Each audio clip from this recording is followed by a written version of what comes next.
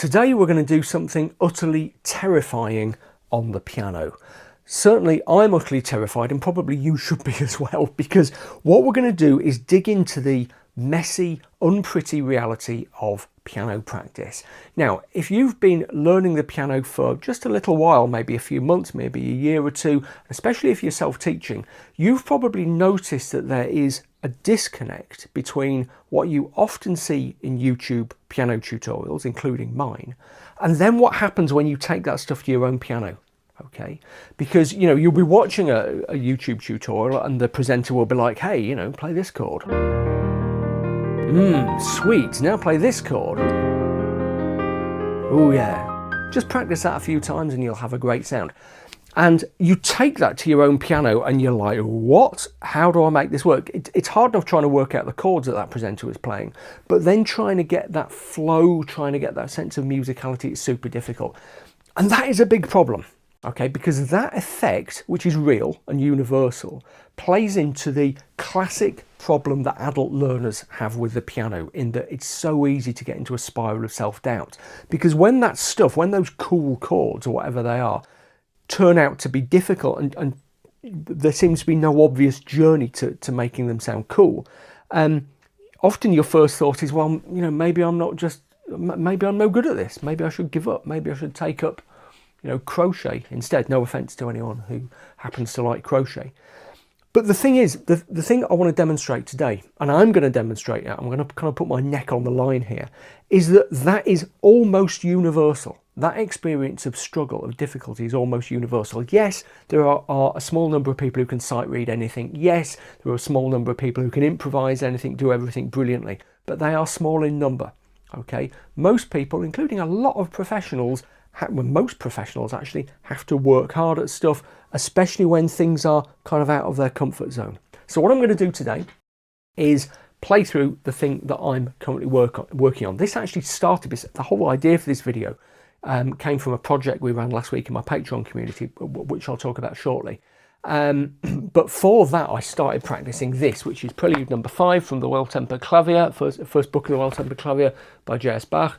Don't worry if you're not into classical music. The principles I'm going to talk about here apply to jazz, blues, pop, whatever you're trying to learn on the piano. What I'm going to do is play through maybe the first 10 or a dozen bars and talk while I'm doing it. Yeah. Now I'm in the very early stages of practice, which is where I'm just playing it through a few times to get a grip on what needs to be sorted out and where the problems are. Okay, so it's going to sound pretty shonky. Yeah, there are going to be lots of mistakes. Here we go. Fairly easy start.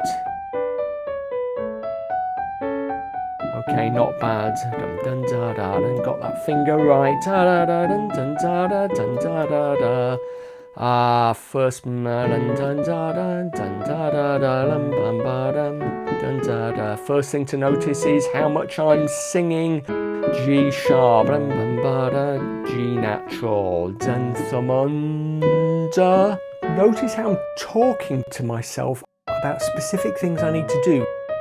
Dun dun dun, got that natural right for a change.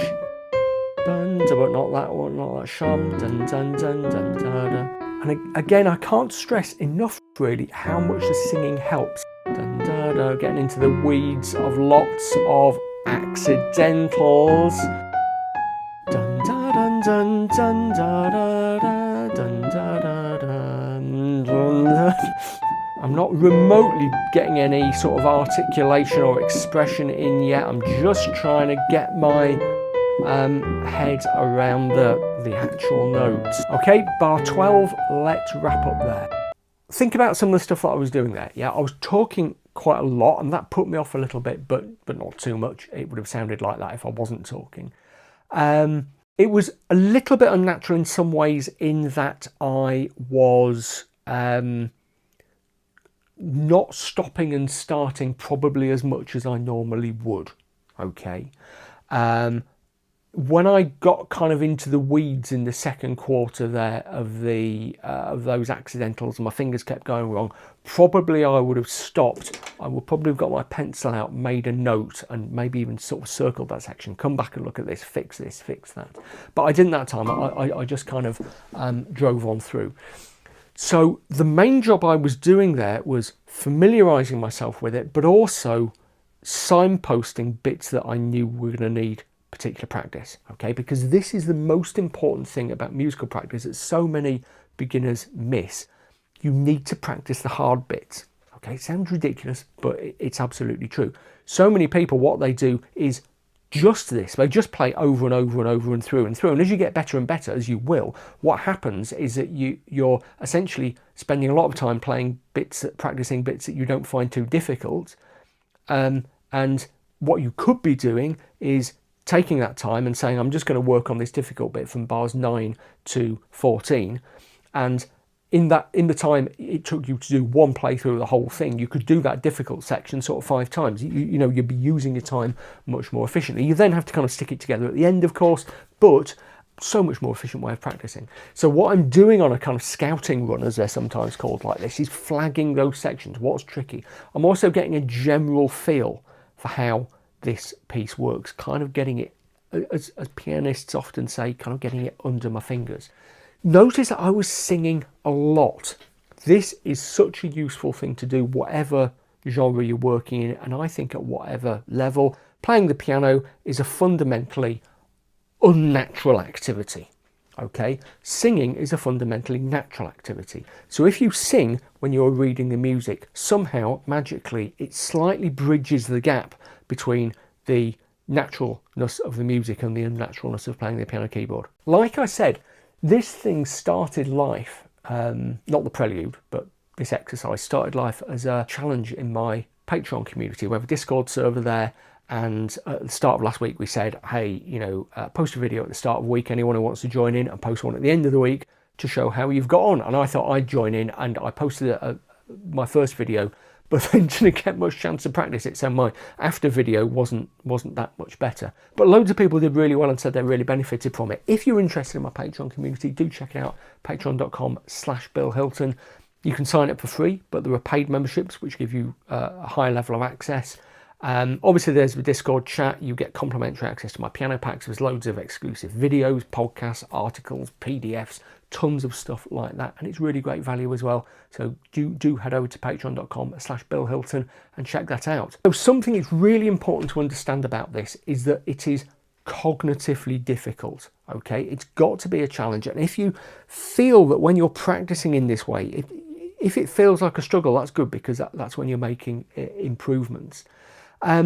Ultimately, this kind of thing would be at a higher speed. Let me give you a comparison. Here's another piece of Bach. It's the second movement of the first partita. I've been practicing this for quite a little while now, and I've got this up to a more reasonable speed.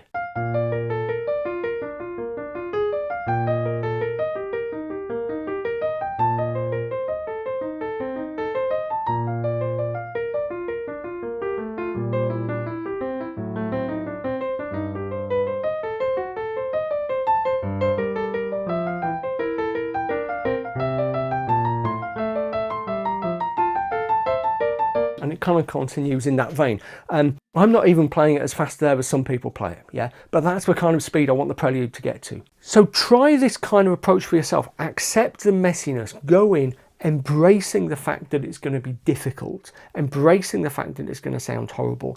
Identify the problems. Try singing. But most of all, accept that if you notice that disconnect between what the guy in the YouTube video is doing and what you are doing, and it seems like a tremendous struggle to get from A to B, that is completely natural.